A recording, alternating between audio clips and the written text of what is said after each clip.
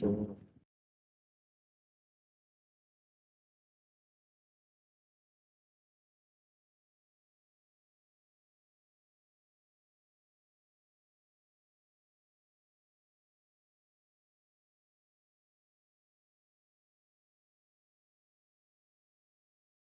चलें आगे बढ़ते हैं, ठीक है।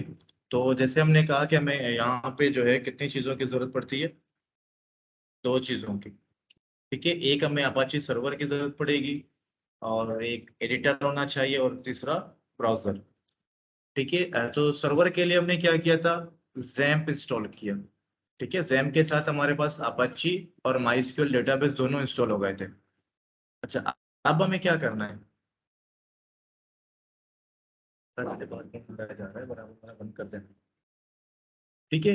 अच्छा, अब मैं क्या कर रहा था कि हमने जिससे एक फाइल बनाया है यहाँ पे, ठीक है, फोल्डर बनाया हमने पीआईसी का, और इस फोल्डर को हमने कहाँ से सेव किया था, जहां हमने जैम्प इंस्टॉल किया,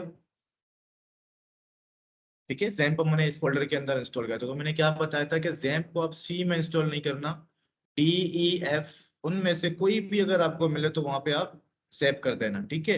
इससे ये होगा कि कल अगर आपका डेटाबेस, सॉरी डेटाबेस नहीं, आपका अगर विंडोज जो है करप्ट होता है, तो फिर आप क्या करोगे कि इजीली डेटा आपका रिकवर हो सकता है, ठीक है। आपका जो डेटा होगा, आपके प्रोजेक्ट्स होंगे, उनमें कोई भी प्रॉब्लम नहीं होगी। तो जैम के अंदर मैंने क्या कहा कि हमारे पास एक फोल्डर है htdocs के नाम का।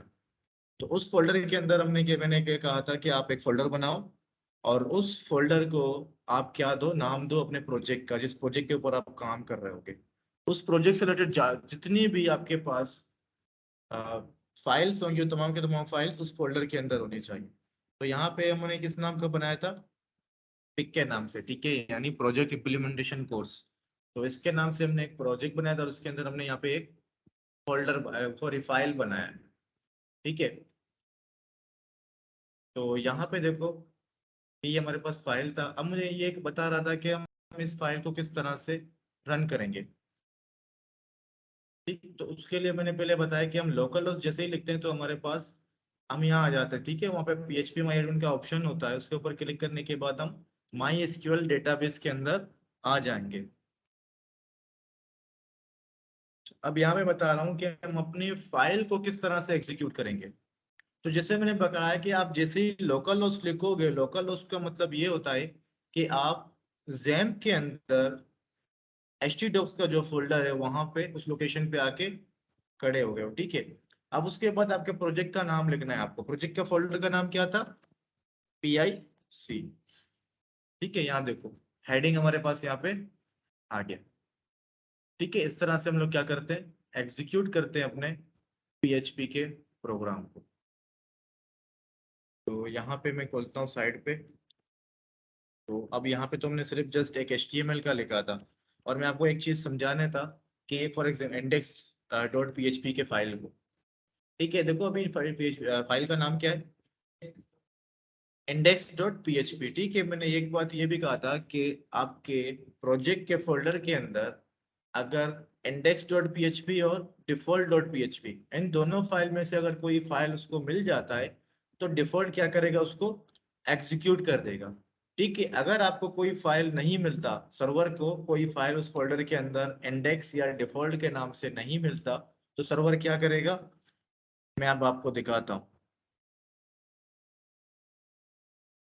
हमने यहाँ पे क्या लिखा, चेक, ठीक है। तो हमने इसको रिफ्रेश किया, अब देखो क्या हो गया, जितने भी फोल्डर, इमेजेस, फाइल्स रखे होंगे आपके सर्वर के ऊपर, तमाम के तमाम यहाँ पे इस तरह से शो हो जाएंगे, ठीक है। जिससे कोई सी भी बंदे को, हैकर बल्ले वो भी ना नहीं भी होगा, उसको पता चल जाएगा कि आपके सर्वर के ऊपर कौन कौन सी चीजें रखी हुई, ठीक है। तो हमेशा याद रखना, अगर आप किसी फोल्डर के अंदर फाइल्स हैं तो वहां पे index.html या index.css, सॉरी CSS नहीं, PHP या index.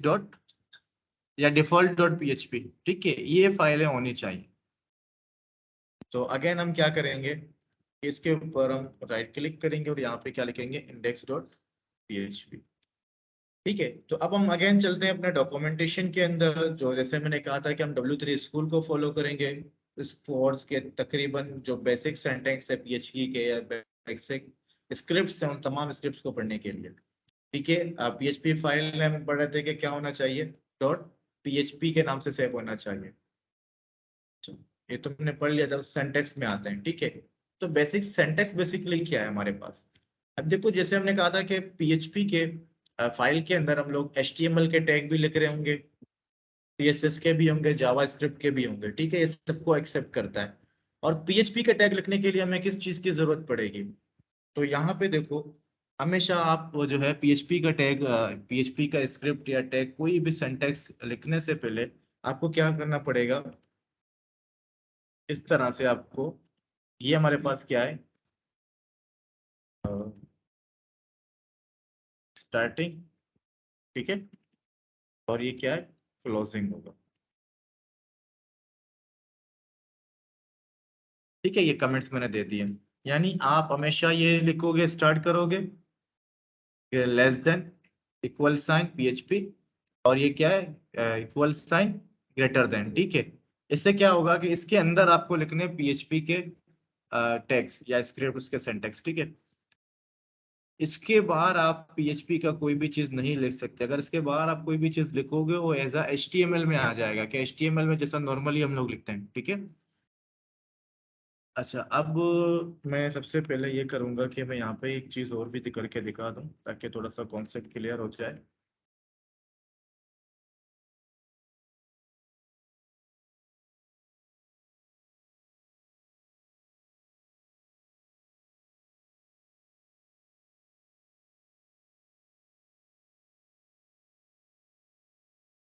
एचटीएमएल के अंदर जैसे पता है कि हमारे पास दो चीजें होती हैं, एक होता है ऐड और सेकंड होता है बॉडी। ऐड के अंदर हम लोग क्या करते हैं, टाइटल या एक्सटर्नल फाइल्स लिंक करने हो, इंटरनल सीएसएस लिखना हो, जावास्क्रिप्ट लिखनी हो, तो हम तमाम चीजें हम कहाँ करते हैं, हेड के अंदर करते हैं। ठीक है, और बॉडी के अंदर हम क्या करते हैं, बॉडी के अंदर जो है, हम जो कुछ भी लिखेंगे, जो बनाएंगे, वो हमारे ब्राउजर के ऊपर जो पूरा व्हाइट एरिया होता है वहां पे शो होगा। ठीक है, तो ये मैंने सेव किया। अब सेव करने के बाद अब मैं आपको दिखाना चाह रहा हूँ कि आप HTML जो PHP के जो सिंटैक्स हैं, उनको आप पूरे पेज के अंदर कहीं पे भी लिख सकते हो। जहां पे आपको नीड है PHP से कोई वैल्यू लिखने की, PHP का कोई वेरिएबल प्रिंट करवाने की, लूप चलाने की, आप किस तरह से करोगे, कहीं पे भी लिख सकते हो। ठीक है, मैं आपको बता रहा हूँ। जैसे हमने कहा कि पीएचपी का जो है स्टार्टिंग टैग क्या होना चाहिए, ये होना चाहिए, और क्लोजिंग ये, इसके दरमियान हम क्या लिखेंगे, वर्ड लिखेंगे। ठीक है, फॉर एग्जांपल मुझे कुछ लिखना है पीएचपी के अंदर, मैंने लिखा इको। इको क्या है, बेसिकली प्रिंट फंक्शन है। पीएचपी के अंदर हमें कोई भी चीज प्रिंट करना हो तो उसके लिए हम लोग क्या लिखते हैं, इको। ठीक है, इको या प्रिंट। अब यहाँ पे एक चीज नोट कर रहे हो आप, यहाँ पे कोई ब्रैकेट का सीन नहीं है। आप ब्रैकेट दे भी सकते हो, इसमें कोई प्रॉब्लम नहीं है, लेकिन जैसे आपको स्पेस देना है, और स्पेस के बाद जस्ट यहाँ पे लिखना है, यहाँ पे लिखना है वेलकम टू पीएससी।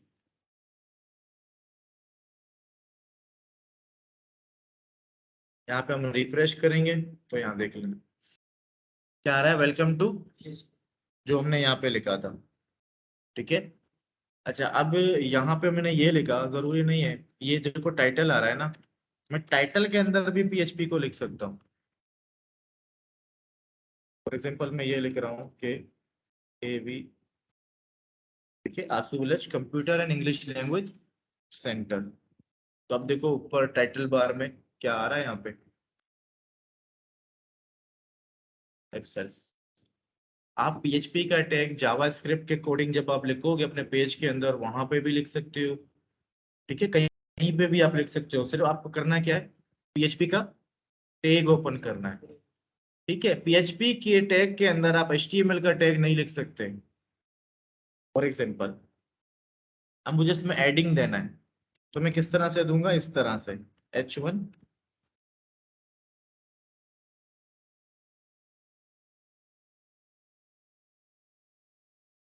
ये HTML का टैग है। यानी HTML के सारे टैग्स को आप क्या कर सकते हो, प्रिंट का जो हमारे पास फंक्शन है उसके अंदर यूज कर सकते हो।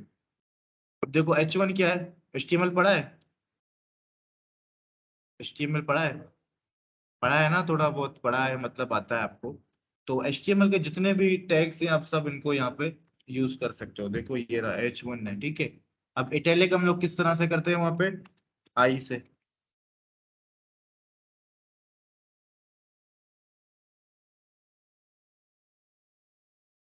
इटैलिक भी हो गया इसमें, यानी HTML के तमाम टैग्स को आप यहाँ पे यूज कर सकते हो। लेकिन शर्त क्या है कि एज अ स्ट्रिंग यूज करना है आपको। अगर फॉर एग्जांपल मैं यहाँ पे यूज करता हूँ इस तरह से, इस तरह फॉर एग्जांपल मैं लिख रहा हूँ H1, ठीक है। H1 क्या है, बेसिकली HTML का टैग है। HTML से सपोर्ट करता है अगर डॉट PHP के नाम से हम फाइल बनाते हैं, ठीक है। लेकिन यहाँ पे देखो क्या दे रहा है, एरर दे रहा है। सेव करने के बाद मैं रन करूंगा तो यहाँ पे देखो मुझे क्या दे रहा है, ये एरर दे रहा है। जैसे मैंने कहा था कि आप HTML के टैग्स को, PHP के जो टैग आप ओपन करोगे, जब स्टार्टिंग और एंडिंग जो टैग होगा उसके अंदर आप नहीं लिख सकते, ठीक है। कैसे लिख सकते हो, आप एज अ स्ट्रिंग लिख सकते हो। अच्छा, ठीक है। तो यहाँ पे था सिंपल सिंटेक्स, इसके दरमियान आप PHP का कोड लिखोगे। तो नॉर्मली जैसे मैंने लिख के दिखाया यहाँ पे आप लोगों को। और अब यहाँ पे पता है क्या है, PHP क्या है, कैश सेंसिटिव है, ठीक है। कैश सेंसिटिव का मतलब क्या होता है कि अगर आप दो चीजें लिख रहे हैं, ठीक है। फॉर एग्जांपल दो डिफरेंट नाम लेके आपने वेरिएबल एक डिफाइन किया स्मॉल में, और उसको आप क्या कर रहे हो, कैपिटल में कॉल कर रहे हो, तो वो नहीं होगा। अब यहाँ पे क्या है, PHP केस सेंसिटिव, ठीक है। अब PHP के कीवर्ड्स कौन कौन से हैं, जैसे नॉर्मल आप दूसरे लैंग्वेज में आपने देखा होगा, इफ एल्स व्हाइल इको, और भी बहुत सारे इसके अपने कीवर्ड्स आएंगे जो PHP के अपने डिफॉल्ट है या बिल्ट इन है इसके। Classes functions and user defined functions are not case sensitive. अब यहाँ पे क्या है, कैश सेंसिटिव ये होता है कि अगर आप एक वेरिएबल स्मॉल में ले रहे हो और उसको आप क्या कर रहे हो, कैपिटल में कॉल कर रहे हो, तो उसको हम लोग क्या बोलेंगे, कैश सेंसिटिव, यानी वो कॉल नहीं होगा, एरर देगा। वो दो डिफरेंट हमारे पास वेरिएबल हो जाएंगे। लेकिन जब हम कीवर्ड्स की बात करते हैं, कीवर्ड्स को हम स्मॉल लिखे या कैपिटल लिखे, या स्मॉल कैपिटल का कोई कॉम्बिनेशन बनाए, तो उसमें कोई एरर नहीं देगा। यहाँ पे देखो, जैसे ये कैपिटल है, स्मॉल है, और ये क्या है, स्मॉल और कैपिटल का कॉम्बिनेशन है, ठीक है। तो आप इस तरह से लिख सकते हो, इसमें कोई प्रॉब्लम नहीं होगी। तो अब देखो वेरिएबल्स में, अगर आप लोगों को बताऊं, चलें वेरिएबल वाले क्वेश्चन में जाते हैं, ठीक है।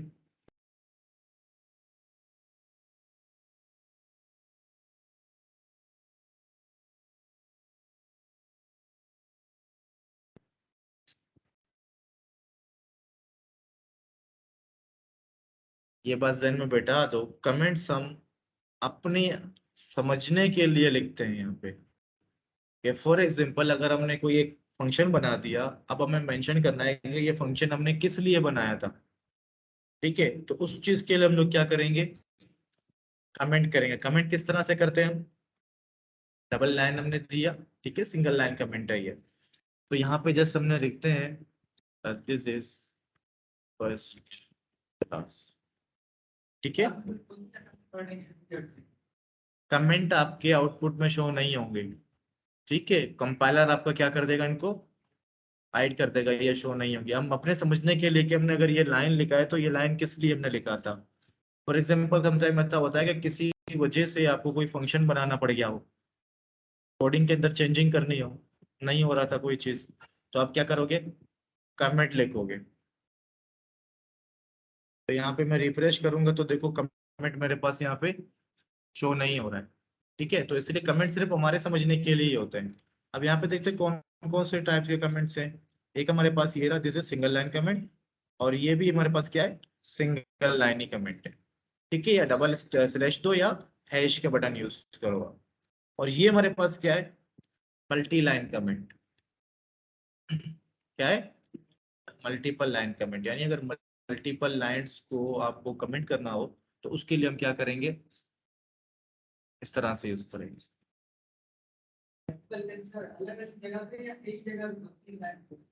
एक ही जगह पे दो तीन लाइनें, पांच लाइनें, छह लाइनें, तो उसके लिए हम क्या करेंगे, इस तरह से, ठीक है ना।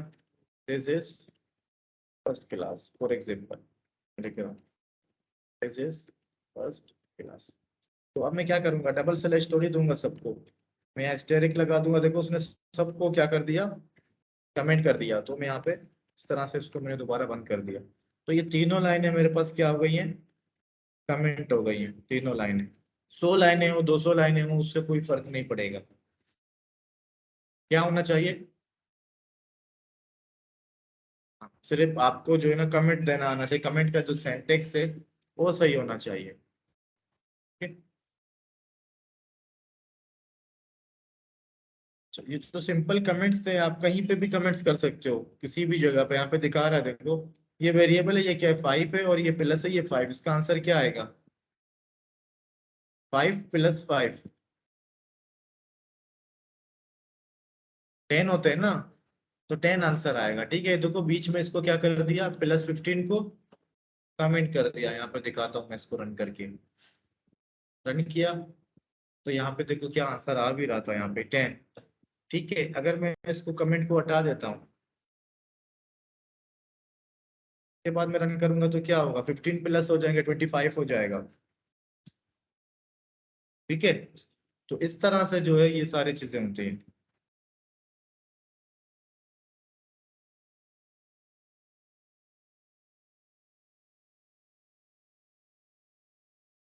अब आते हैं वेरिएबल्स के ऊपर। वेरिएबल होते क्या है बेसिकली, यहाँ देखो वेरिएबल्स क्या होते हैं, आप लोगों ने पढ़ा है, लैंग्वेजेस पढ़ी है, सी लैंग्वेज पढ़ा है, खूब पढ़ा है आप लोगों ने।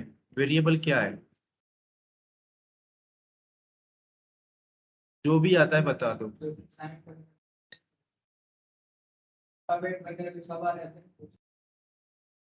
बिल्कुल ये गलत है, वेरिएबल कुछ नहीं है। वेरिएबल क्या है, कंटेनर इसको हम लोग बोलते हैं, जो वैल्यू को स्टोर करता है।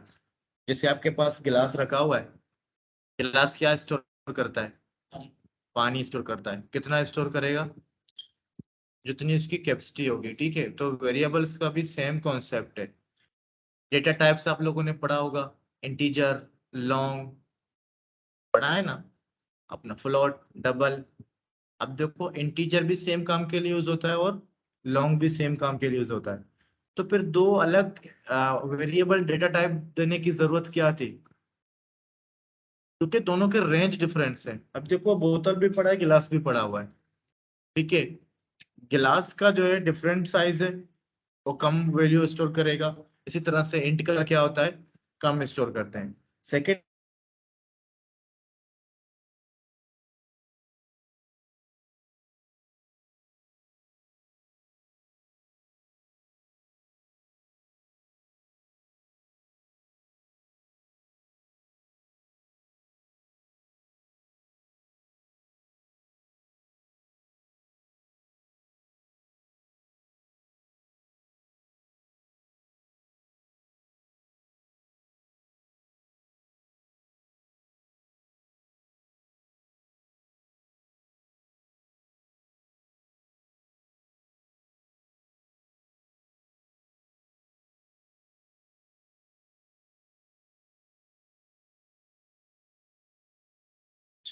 ठीक है, वेरिएबल क्या होता है, कंटेनर होता है जिसके अंदर हम जो भी कोई वैल्यू स्टोर करते हैं, और स्टोर करने की भी उसकी एक कैपेसिटी होती है। उस कैपेसिटी से ज्यादा हम लोग स्टोर नहीं कर सकते। ठीक है, तो अब यहाँ पे देखो, सी लैंग्वेज के अंदर हम लोग क्या करते थे। मैं पहले ये सारी चीजें रिमूव कर रहा हूँ, ठीक है, ताकि मैं तुम लोग कुछ सिंपल चीजें समझा सकूं। सी लैंग्वेज के अंदर क्या होता था, हम लिखते थे इंट, फिर उसके बाद हम क्या करते थे, जैसे नंबर 1, यही करते थे हम लोग। लेकिन यहाँ पे हम ऐसा नहीं करेंगे। पीएचपी बोलते हैं कि मुझे डेटा टाइप बताने की जरूरत नहीं है, आप जस्ट मुझे वैल्यू दो और मैं क्या करूंगा, मैं आपको आंसर दे दूंगा, रिजल्ट दे दूंगा। ठीक है, तो यहाँ देखो, यहाँ पे मैंने क्या लिखा, नंबर 1, और इसको मैंने क्या दे दिया, फॉर एग्जाम्पल मैंने इसको नल कर दिया, उसकी कोई वैल्यू ही नहीं है। अब यहाँ पे क्या है हमारे पास, इको, इको में हमने क्या किया, मुझे प्रिंट करना है क्या, नंबर। ठीक है, तो मैंने यहाँ पे नंबर 1 प्रिंट कर दिया। क्या प्रिंट होगा, जवाब क्या आएगा आंसर? कुछ भी नहीं आएगा, नल आएगा। उसकी वैल्यू क्या है? नल है। तो यहाँ पे देखो कुछ भी नहीं आ रहा है, नल आ गया। ठीक है, एम्प्टी आ गया। तो अब अगर मैं इसको यहाँ पे देता हूँ एफ सेल्स, तो अब क्या आया? एफ सेल्स आ गया। कैसे आया? मैंने तो एफ सेल्स नहीं लिखा इको में।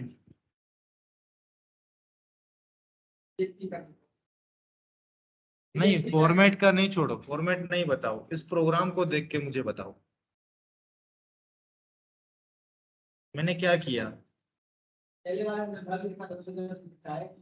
हाँ, तो अभी ये प्रिंट क्यों हो रहा है? एफसेल्स क्यों प्रिंट हो रहा है? मैंने एफसेल्स को तो इको नहीं किया है, मैंने वेरिएबल को इको किया है।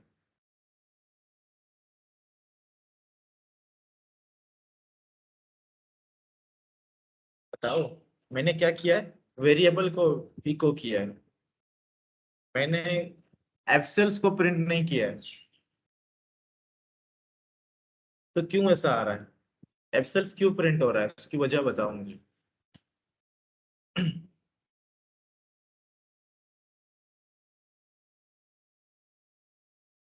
जो दिमाग में आ रहा है बताओ, टाइम वेस्ट नहीं करो, बताओ।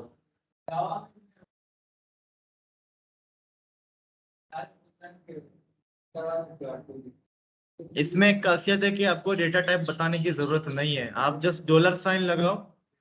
डॉलर साइन लगाने के बाद आप उसको कोई भी नाम लिख दो, नंबर नहीं होना चाहिए। नंबर से कभी स्टार्ट नहीं होता वेरिएबल, ठीक है। आपको ये डॉलर साइन लगाना है, और डॉलर साइन के बाद आप कोई भी अल्फाबेट, उसके बाद फिर भले आप नंबर लिख दो। पहला करेक्टर आपका अल्फाबेट होना चाहिए या अंडरस्कोर होना चाहिए, उसके अलावा और कुछ भी नहीं होना चाहिए, ठीक है। एबीसीडी करेक्टर होना चाहिए। यार सिंपल बात तो ये है कि वेरिएबल क्या होता है? कंटेनर होता है, उसमें हम जो चीज भी स्टोर करवाते हैं उसी के अंदर होता है, जब तक हम उसको चेंज ना करें। तो यहाँ पे मैं सबसे फर्स्ट लाइन में क्या करवा रहा हूँ?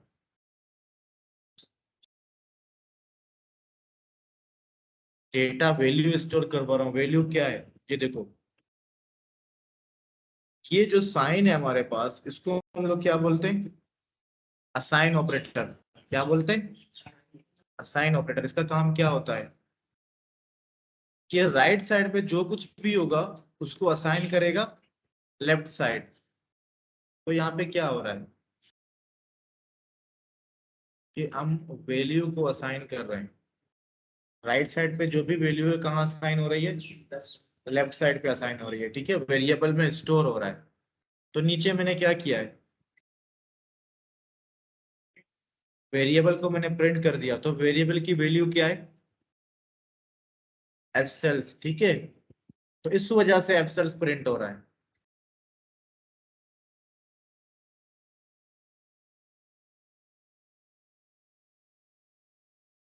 बीबीएससीएल।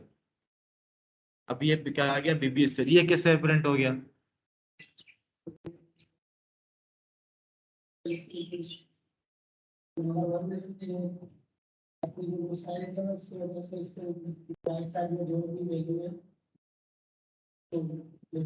कॉन्फिडेंस से बोलो, बल्ले गलत बोल रहे हो, कॉन्फिडेंस तो लाओ अपने अंदर। सिंपल सी बात ये है कि वेरिएबल की वैल्यू क्या है बीबीएससी वाले। तो सिंपल ये बोलो कि वेरिएबल की वैल्यू क्या है बीबीएससी वाले, बस। इस वजह से जो है ना प्रिंट हो रहा है। नंबर 10। अब क्या आ गया आउटपुट में?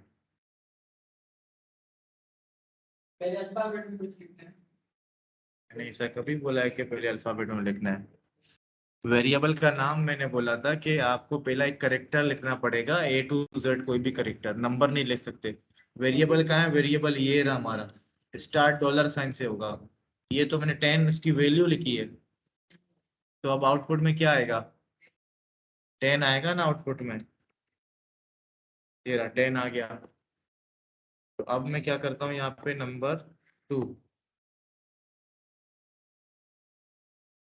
अब क्या प्रिंट होगा? 10 प्रिंट होगा। चलो 10 प्रिंट हो गया। अब क्या प्रिंट होगा? 20 होगा, ठीक है। Number 1 plus number 2। अब क्या प्रिंट होगा प्लस, ठीक है।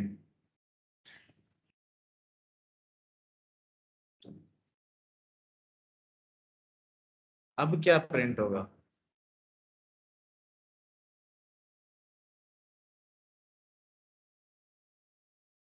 मल्टीप्लाई का साइन नहीं है, डॉट लगा हुआ है। डॉट इसलिए यूज है कॉन्केटिनेट के लिए। कॉन्केटिनेट बेसिकली क्या होता है बताता हूँ मैं। अब मैंने क्या लिखा था, सम ऑफ टू नंबर्स आर, अभी क्या आउट पड़ेगा? हाँ, अब क्या आउटपुट आएगा? आउटपुट क्या आएगा? आउटपुट मुझे बताओ। रेडी क्यों आएगा? मैंने वेरिएबल प्रिंट किया है यहाँ पे। मैं क्या प्रिंट कर रहा हूँ?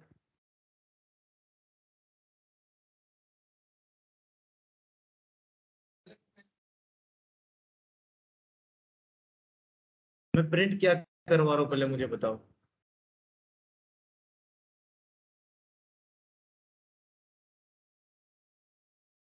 कहाँ पे बता रहा है? भाई ये तो मैंने लिखा है ना, मैं यहाँ पे लिखता हूँ अभी यार, ये देखो। माई नेम इज खुदा बख्श। अभी क्या करेगा? खुदा बख्श को सम कर देगा। ये क्या है? स्ट्रिंग है, क्यों कुछ नहीं आएगा? इसको बंद करो, इसको। ये आ जाओ तुम दोनों ऊपर से। हाँ, ये बंद हो जाएगा अभी। बंद कर दो। हाँ बंद कर दो। दोबारा इधर आ जाओ, इस तरह अपना कवर करो, उसको बंद होने दो पहले अच्छे से।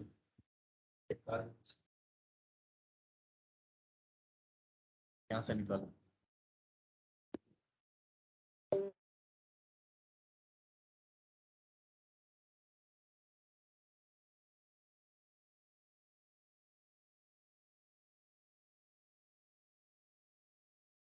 उसमें क्या प्रिंट करवाने के लिए तो हम ये वेरिएबल देते हैं ना। क्यों देते भाई? प्रिंट करवाने के लिए क्यों वेरिएबल देते हैं? प्रिंट करने का तो फंक्शन ये रहा। वैल्यू के लिए, वैल्यू जो हमें प्रिंट करानी थी उसके लिए। भाई वो तो हम वेरिएबल को असाइन कर रहे हैं, यहाँ पे तो मैं वेरिएबल यूज ही नहीं कर रहा हूँ, मैं सिंपल सा प्रिंट कर रहा हूँ। स्टार्टिंग में मैंने आप लोगों को क्या बताया, किस तरह से प्रिंट करते हैं हम लोग, इको से। तो यहाँ पे मैं इको से क्या करवा रहा हूँ? प्रिंट कर रहा हूँ। प्रिंट क्या करवा रहा हूँ? माय नेम इज खुदा, माई नेम इज खुदा, खुदाबख्श करवा रहा हूँ, ठीक है। तो क्या आउटपुट आना चाहिए? माय नेम इज खुदा।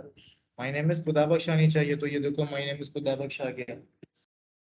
चीजें सेम है, तुम लोग बार बार कंफ्यूज क्यों हो रहे हो? मैं सेम ही इस चीज से जो है ना घुमा फिरा के मैं करवा रहा हूँ।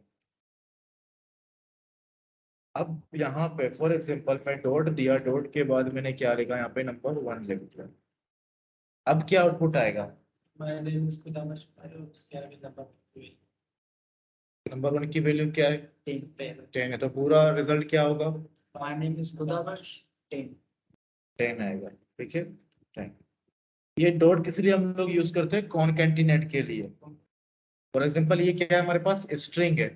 माय नेम इज खुदाबख्श क्या लिखा हुआ है? स्ट्रिंग। डबल कोटेशन के अंदर जो कुछ भी होता है उसे हमें क्या बोलते हैं? स्ट्रिंग हम लोग बोलते हैं, ठीक है। और स्ट्रिंग के अंदर आप तमाम चीजें प्रिंट करवा सकते हो, जो भी आपको प्रिंट करवाना है, चाहे वो नंबर हो, चाहे वो सिंबल हो, चाहे वो करेक्टर हो, सब चीजें आप करवा सकते हो। अब स्ट्रिंग के साथ कोई वेरिएबल अगर प्रिंट करना हो, या मल्टीपल वेरिएबल से मल्टीपल स्ट्रिंग से, ठीक है, तो फिर हम किस तरह से करेंगे? डॉट लगा के करेंगे। उन दोनों के बीच में डॉट जरूर आएगा। अब फॉर एग्जांपल यहाँ पे मैं लिख रहा हूँ दिस इज फर्स्ट नंबर, ठीक है। ये क्या है? First number. अभी आउटपुट क्या आएगा? This is first number 10। 10, ठीक है। अगर इसमें कॉन्केटिनेट ना दे तो क्या होगा? एरर देगा, ठीक है। अब इसमें एक और भी खूबी है, यहाँ पे मैंने इसको पेस्ट कर दिया, मैंने कॉन्केटिनेट नहीं किया, स्ट्रिंग के अंदर मैंने वेरिएबल डाल दिया। तो अब देखो अभी सेम आउटपुट आएगा और वेरिएबल की वैल्यू को रीड कर देगा। ये एक खासियत है पीएचपी की, सी वगैरह ये इस पे सपोर्ट नहीं करते।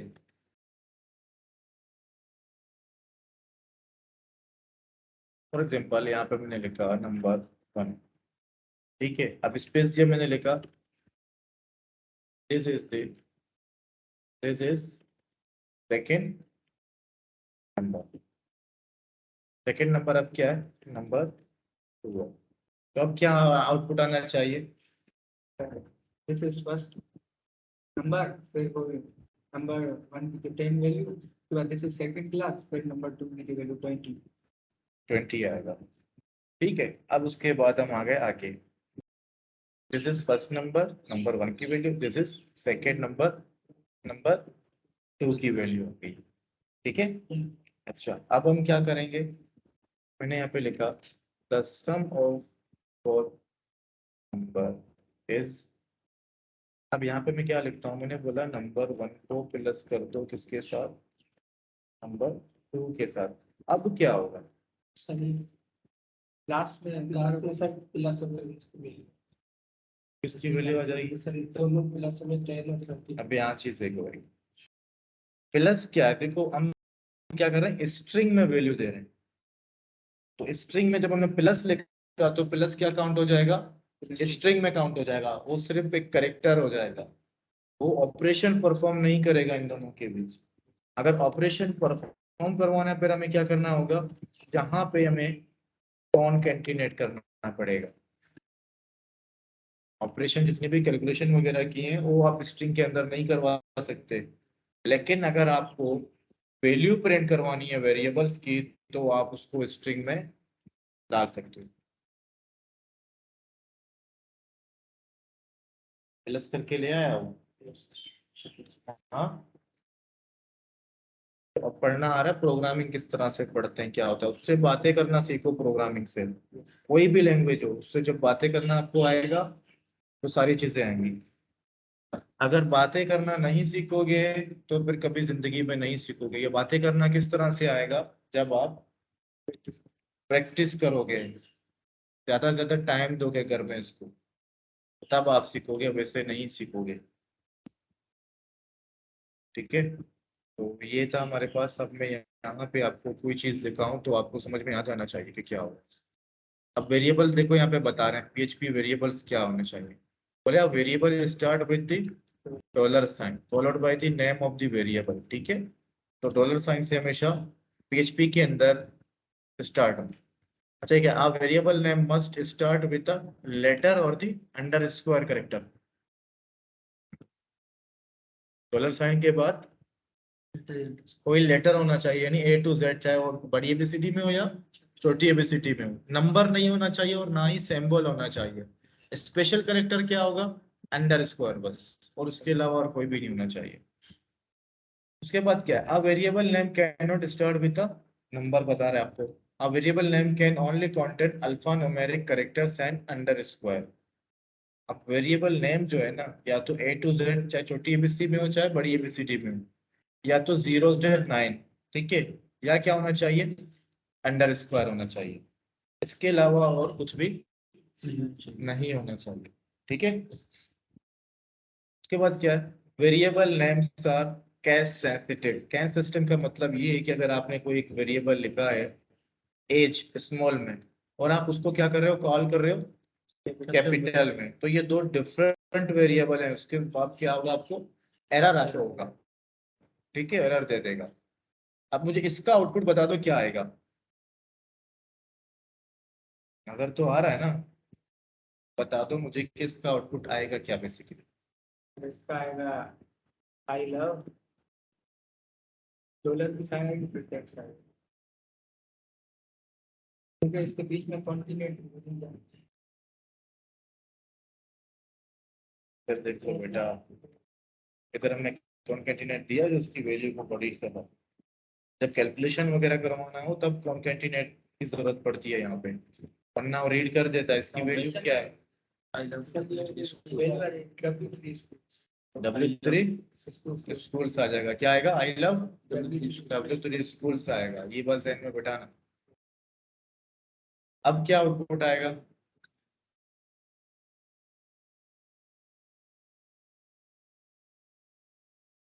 Sir I love dollar text क्यों आएगा वो? आई लव कहाँ गया? इको कहाँ? यहाँ से स्टार्ट हो रहा है ना। सिर्फ ये तो नहीं है ना, ये गायब तो नहीं है आपके पास, यहाँ से स्टार्ट हो रहा है, स्टार्टिंग से। सर मतलब आई लव तो ये डॉलर टेक्स्ट आ गया। क्यों आएगा? ये वेरिएबल है, वेरिएबल की वैल्यू क्या है? वैल्यू आई वैल्यू हमेशा आती है। वेरिएबल का मतलब क्या होता है? वेरिएबल के अंदर जो भी वैल्यू होती है, हम जिस जगह पे उस वेरिएबल को लिखते हैं वहां पे क्या होता है, उसकी वैल्यू आ जाती है। समझ रहे हो? अब ये जहन में बैठा दो। जब हम वेरिएबल लिखते हैं तो वेरिएबल का मतलब क्या होता है? वैल्यू होता है। वेरिएबल नहीं लिखा हुआ, वेरिएबल का नाम कभी भी नहीं बोलना गलती से भी। उसकी वैल्यू बताना कि वैल्यू क्या है। तो एक बार समझ लो क्या लिखा हुआ है। w3schools.com लिखा हुआ है टेक्स्ट की जगह। तो अभी ये मिस्टेक नहीं करना, सेम जो है होगा। चाहे आप इस तरह से लिखो, आपको बता रहा है, या आप इस तरह से लिखो, बात सेम है। यहाँ पे क्या रिजल्ट आएगा? आप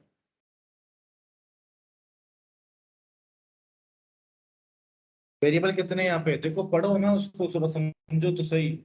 कितने वेरिएबल है वहां पे? 5 और 4 वेरिएबल है। वेरिएबल क्या है?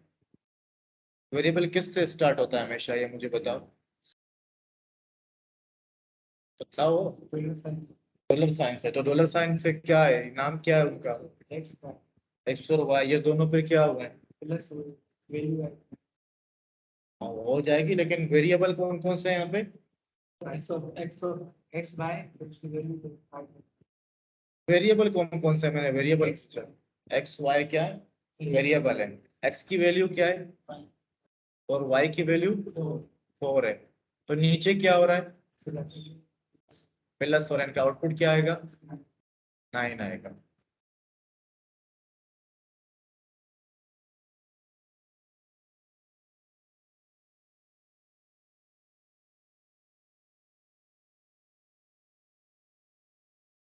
ये तो मैं बाद में समझा दूंगा कि क्या होते हैं तीनों चीजें, ठीक है। लोकल, ग्लोबल, स्टैटिक अभी मैंने समझाया, तो अभी तुमने इससे भी थोड़ा सा मसला हो रहा है, ये समझ में नहीं आएगा। अब यहाँ पे देखो दो चीजें, two basic way to get output. एक होता है इको और सेकंड होता है प्रिंट। तो मोस्टली इसमें क्या यूज होता है? इको यूज होता है, ठीक है। तो प्रिंट को हम लोग बहुत कम यूज करते हैं।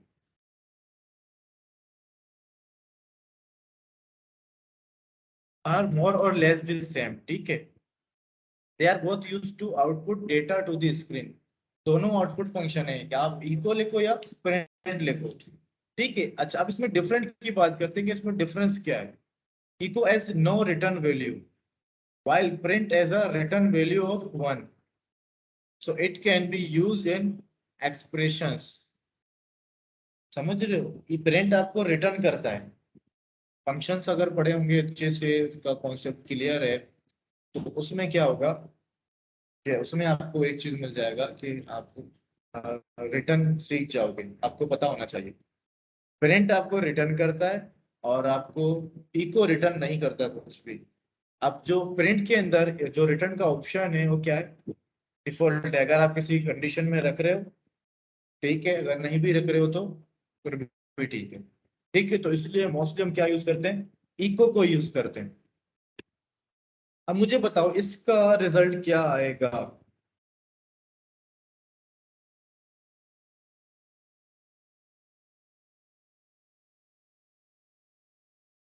पहले लाइन में क्या क्या हो रहा है? H2 सर ये हेडिंग के लिए इस्तेमाल करते हैं हाँ बिल्कुल, एडिंग टू है। पीएचपी क्या क्या लिखा हुआ आ जाएगा एडिंग टू के अंदर? पीएचपीएस फाइन आ जाएगा, ठीक है। उसके बाद नीचे क्या हो रहा है?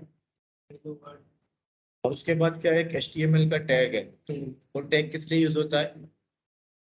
लाइन ब्रेक के लिए, यानी एंटर के लिए। जब हम एंटर करते हैं ना MS ऑफिस में, नीचे लाइन में आ जाते हैं, तो यहाँ पे ये होता है HTML के अंदर कि यहाँ पे कोई भी आप इंटर करते हो तो नीचे लाइन पे नहीं आते, ठीक है, जब तक आप बी आर नहीं लिखते।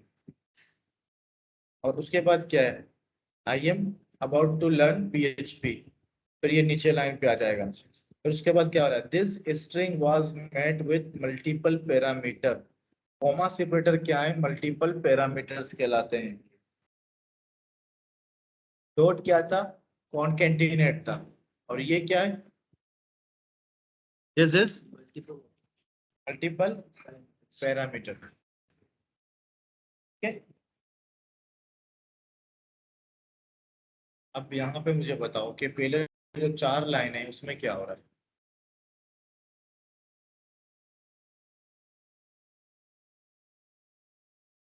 चुप नहीं रहो, अब बात करो, अब बोलो, बोलना सीखो, बहुत बोलोगे अभी।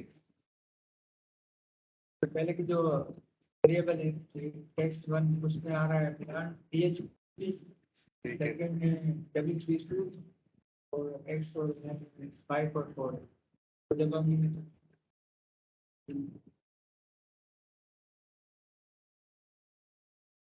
इको वाली फर्स्ट लाइन में क्या आउटपुट आएगा, वेरिएबल नंबर 1 टेक्स्ट वन वो आ जाएगा हेडिंग। प्रिंट क्या होगा, प्रिंट होगा learn PHP। Learn PHP print होके आएगा, ठीक है। सेकंड लाइन में क्या है, प्रिंट होके आएगा हेडिंग PHP W3 स्कूल तो ब्रेक करके नीचे आ जाएगा। ठीक है, फिर नीचे लाइन में, ठीक है। अब नीचे लाइन में क्या हो रहा है, X Y X की भी लेस और X Y की दोनों क्या हो रहा है, लेस प्लस हो रहा है, ठीक है। दोनों की प्लस होने के बाद उनकी वैल्यू हमारे पास आ रही है। समझ आ रहा है अभी थोड़ा बहुत कैसे आ रहा है, टाइम दिया 1 घंटा हो गया है, टाइम दे रहे हो तो समझ में आ रहा है। तो घर में इसी तरह से घंटा लाजमी डेली देना पड़ेगा आपको, टाइम निकालना पड़ेगा। टाइम निकलेगा नहीं, टाइम आपको निकालना पड़ेगा।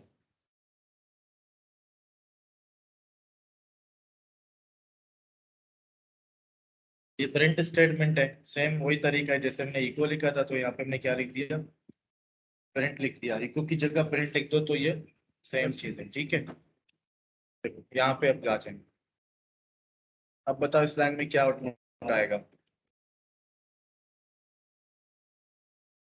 सर ये वही है, मतलब इसमें print आ गया तो इसमें जो नंबर 1 की वैल्यू है लर्न PHP आ जाएगा हेडिंग में, और नीचे जो है study PHP eight w3school.com break करके नीचे आ जाएगा। अच्छा, आगे फिर रिजल्ट क्या आएगा नीचे, नीचे फिर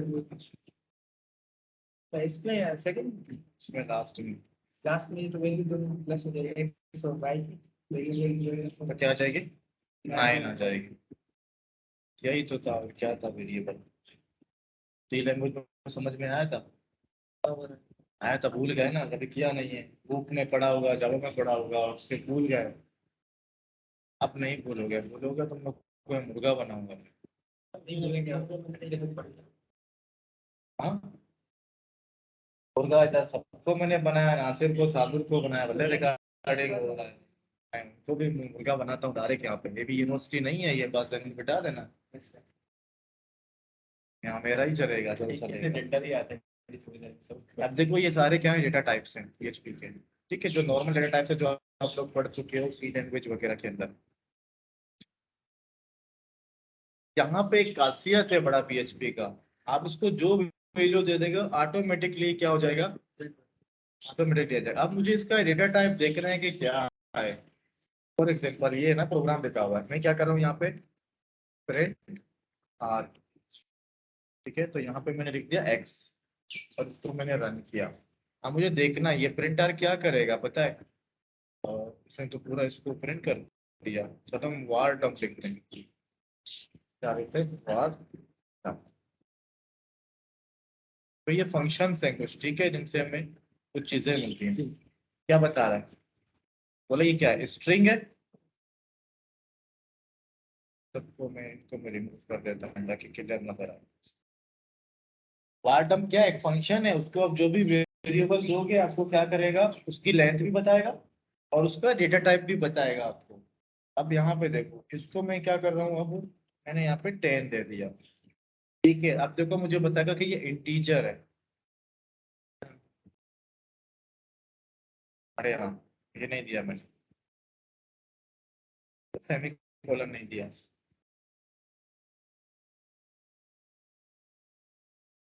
तो क्या बता रहा है, इसकी वैल्यू क्या है, 10 है। और ये डेटा टाइप क्या है, तो ये खासियत है इसकी कि ऑटोमेटिकली ये क्या करेगा, ट्रू फॉल्स करेंगे तो वो बता देगा, खुद रख देगा। बुलियन का ट्रू फॉल्स करो, बुलियन लगा बता देगा। तो इनके रेंज पता है, रेंज तो कभी तुम याद करने की चीजें नहीं होती हैं। अब इस रेंज से ज्यादा अगर आ गया तो फिर आपको क्या क्या रहेगा, ये देखो यहाँ पे ये वार टर्म यूज कर रहा है, ठीक है। वार टर्म किस लिए यूज होता है, तो रिटर्न करता है डेटा टाइप और उसकी वैल्यू को, उसकी वैल्यू क्या है और उसकी डेटा टाइप क्या है, ठीक है। तो ये इसी तरह से बस आप तो जो वैल्यू दोगे तो ऑटोमेटिकली क्या करेगा, उसको करता जाएगा। अच्छा, अब हम आते हैं कंडीशंस के ऊपर आते हैं, ठीक है। बाकी चीजें तो हमें पता है, स्ट्रिंग क्या है सब बता दिए मैंने। तो हमारे कंडीशंस के ऊपर अब यहाँ पे क्या है, PHP if else else if statements, जिसे आप लोगों ने सी लैंग्वेज या जावा के अंदर पढ़ा था, सेम वही सिंटैक्स यहाँ पे यूज होंगे। क्या है, PHP कंडीशनल स्टेटमेंट, ठीक है। इफ एल्स इफ एल्स, ठीक है। और स्विच केसेस आ रहे हैं। तो यहाँ पे देखो कंडीशन आता है, इसके अंदर ऑपरेटर्स आपको पता होने चाहिए। अच्छा, अब यहाँ पे इस प्रोग्राम को सबसे पहले हम देखते हैं, ठीक है। लिखा हुआ है वो गुड डे, ठीक है। अभी हमारे पास क्या है कि डेट का फंक्शन है। यहाँ छोड़ दो, ये डायरेक्ट लंबा आ रहा है, तुम लोग कंफ्यूज हो जाओगे। मैं यहाँ पे समझाता हूँ, या तो यहीं पे ही मैं समझाता हूँ आपको। यहाँ पे हमने क्या लिखा है, 20। इसको तो आगे कितने रिफ्लेक्शन करोगे।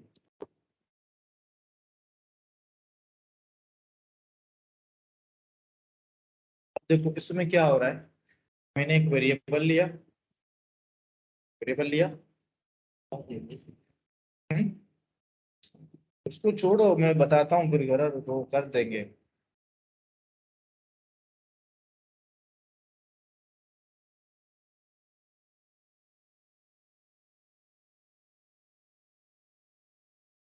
अच्छा, तो यहाँ पे देखो हमने क्या लिया है,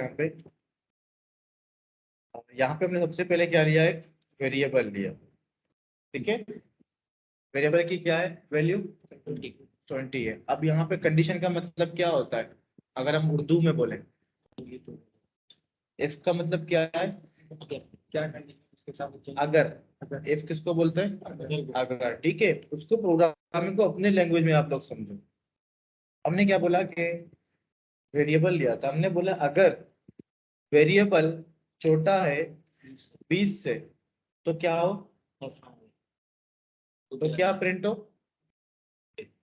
देखो हमेशा कंडीशन ट्रू होगा, कंडीशन के अंदर जो चीजें होंगी ना, उसकी बॉडी पे, बॉडी कहाँ पे स्टार्ट है, ये रहा, यहाँ से स्टार्ट है और यहाँ पे क्लोज हो रहा है, ठीक है। तो हम क्या करते हैं कि जब भी हम कंडीशन लगाते हैं, ठीक है, कंडीशन जब ट्रू होता है तो इस ब्रैकेट्स के अंदर जो चीजें होती हैं वो प्रोग्राम क्या हो जाते हैं, एग्जीक्यूट होते हैं।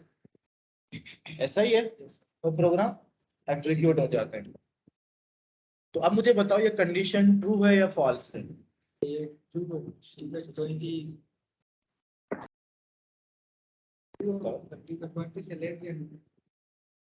क्या उसकी वैल्यू क्या है। इसको हम लोग इस तरह से पढ़ते हैं ना, देखो अगर इसकी वैल्यू क्या है, 20 है, ठीक है। 20 ये क्या है, लेस देन, ये क्या है, 20। इसका मतलब क्या, अगर 20 छोटा है 20 से। अब मुझे बताओ ये कंडीशन ट्रू है या फॉल्स है, 20 से छोटा है बराबर या उसके इक्वल है। उसने बोला कि अगर ये अगर इससे छोटा है तो ये हाँ तो छोटा है वो, इक्वल है ना, तो कंडीशन क्या हुआ, फॉल्स हो गया। तो क्या आउटपुट आएगा, कुछ भी नहीं आएगा। एक्ट यहाँ पे देंगे तो फिर आ जाएगा। कहाँ पे दोगे 90? यहाँ पे देंगे, कवर को देखते हैं। मैंने तुम्हें पढ़ना अभी सिखाया था, किस तरह से पढ़ते हैं हम। लेफ्ट से राइट जाते हैं ना पढ़ने के टाइम पे। तो आप पढ़ो कि लेफ्ट वाले की वैल्यू क्या है,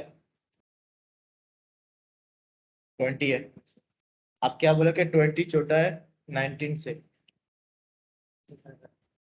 इसकी 19 होगी, तब अगर वहां पे 20 होगा फिर 20 होगा। यूं पढ़ो ना, सीधे जाओ। 21 होगा तो आएगा। 22। अब क्या होगा, अब simple रहेगा। समझ रहे हो? तो इस तरह से होगा। अच्छा, तो अब हम लगाते हैं एल्स। एल्स कब काम आता है,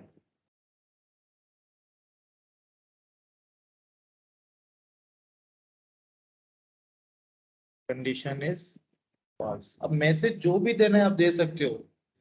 कंडीशन देखो, कंडीशन जब ट्रू होता है तो कंडीशन के ब्रैकेट्स के अंदर जो चीजें होती हैं वो एग्जीक्यूट होती है, ठीक है। उसके बाद अगर कंडीशन फॉल्स होता है तो क्या होता है, तो एल्स एग्जीक्यूट हो जाता है हर सूरत में।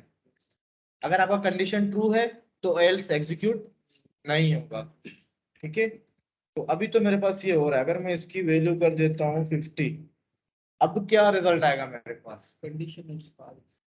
कंडीशन इज फॉल्स आएगा, ठीक है। तो मैंने एग्जीक्यूट किया तो क्या आ रहा है, कंडीशन इज फॉल्स आएगा। अच्छा, अब मैं यहाँ पे लगा देता हूँ एल से।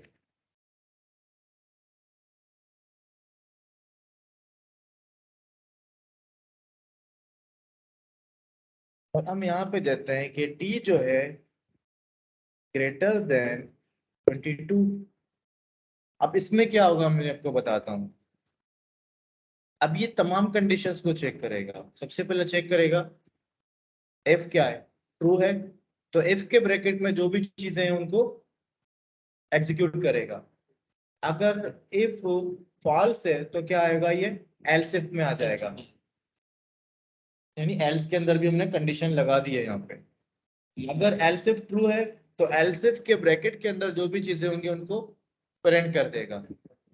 अगर दोनों फॉल्स हैं, इफ भी फॉल्स है और एल्स इफ भी फॉल्स है, उस सूरत में क्या होगा, हाँ एल्स प्रिंट होगा, ठीक है। तो यहाँ पे हम लिखते हैं else if is,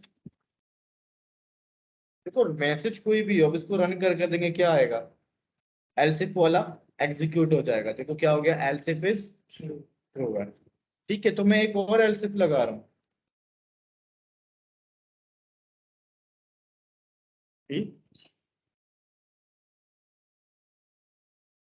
less than equal to 20।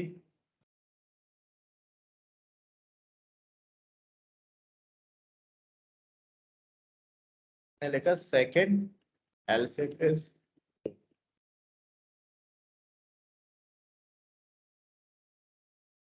अब इसकी वैल्यू को मैं चेंज कर रहा हूँ, ठीक है। तो मैंने यहाँ पे लिखा 20। अब मुझे बताओ कि कौन सा एग्जीक्यूट होगा कंडीशन,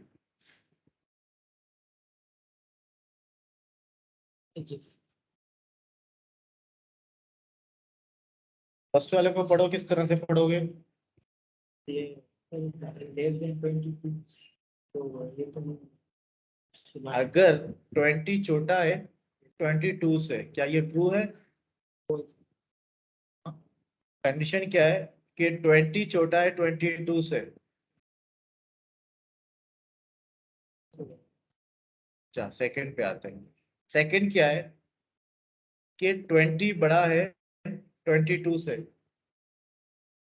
ये भी फॉल्स, वो भी फॉल्स। अच्छा, यानी 20 जो है 22 से भी छोटा नहीं है और बड़ा भी नहीं है। अपने दिमाग को थोड़ा सा हाजिर रखो भाई। वाले से बड़ा 20 क्या है, 20 है। 20 छोटा है 22 से, छोटा है। तो तुम लोग क्यों बोलो नहीं, इधर देखो कंडीशन में क्या लगा हुआ है, मैंने क्या बोला कि 20 छोटा है 22 से। मैंने इंग्लिश बोला ना। अब मैं बोलता हूँ 20 छोटा है 22 से। अब समझ में आ रहा है? तो क्या होगा, ट्रू होगा फॉल्स होगा? ट्रू होगा। हाँ ट्रू। ट्रू होगा। उसके बाद हमारे पास क्या है कि 20 बड़ा है, 20 बड़ा है 22 से, क्या होगा? 20 बड़ा है 22 से, हाँ छोटा है। छोटा है, तो क्या होगा ये? ये false। उसके बाद क्या है, बोले 20 छोटा है या बराबर है 20 के, बराबर है, तो उसका मतलब क्या होगा, ये ट्रू होगा। ठीक है, अब देखो मैं इसको एग्जीक्यूट करता हूँ तो क्या होगा एग्जीक्यूट करने से, क्या दिया इसने एबा गुड डे, क्यों दिया? क्योंकि फर्स्ट वाला कंडीशन भी सही था और थर्ड वाला भी सही था, तो इसने क्या किया, क्योंकि फर्स्ट वाला सही था इसलिए नीचे नहीं आया, उसके ब्रैकेट में ही जाके डायरेक्ट एग्जीक्यूट कर दिया।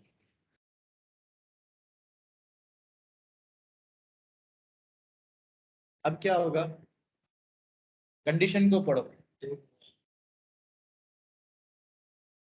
इस दिन बोल रहा है कि ये तो false हो गया पहले। हम्म, ये पहले वाले में तो false हो गया, ये 22 ठीक है, उसके बाद होता है। एफएल्स भी एल्स false में क्या हो रहा है? false हो, क्योंकि 22 उससे बड़ा है, 2000 बहुत बड़ा है। हम्म, वेरिएबल है वो बड़े हैं 2022 से। तो ये क्या हो जाएगा, ट्रू होगा फॉल्स होगा?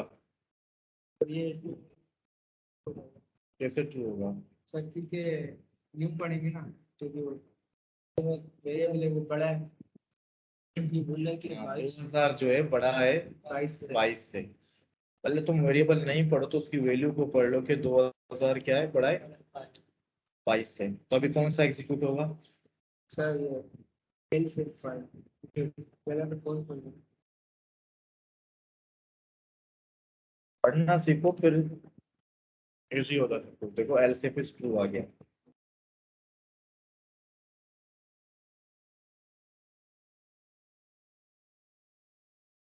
अब एक प्रोग्राम बनाने का बोलता हूँ आप लोगों को कि आप लोग एक प्रोग्राम बनाओ, वो प्रोग्राम पता है क्या होगा, उसमें दो वेरिएबल होंगे, एक के वैल्यू 10 होगी और एक की वैल्यू 20 होगी, या वैल्यू दोनों के आगे पीछे भी मैं कर सकता हूँ। मुझे एक ऐसा प्रोग्राम बना के दो, ठीक है, उस प्रोग्राम में क्या हो कि जिस वेरिएबल की वैल्यू बड़ी है वो प्रिंट होके आ जाए।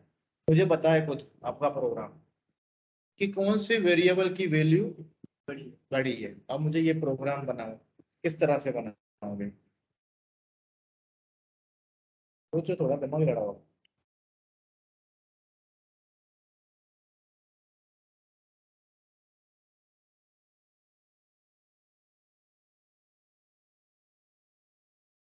बड़ा इसी में वैल्यू बढ़ाएंगे, कैसे बोल रहे हैं आप, बड़ी है।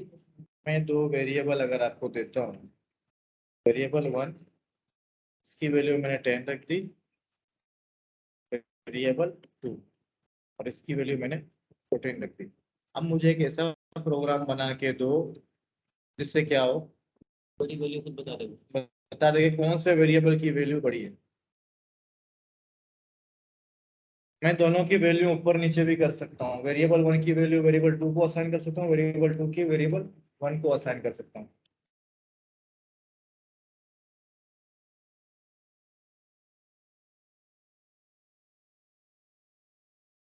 जल्दी बताओ, सोचो सोचो सोचो, एल्गोरिथम बनाओ, सोचो पहले।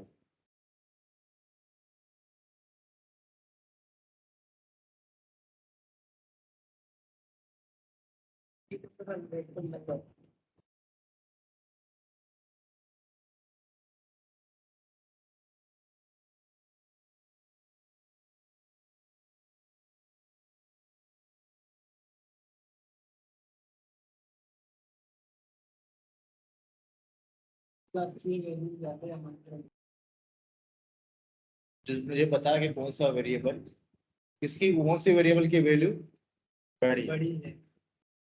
एक प्रोग्राम बनाना है।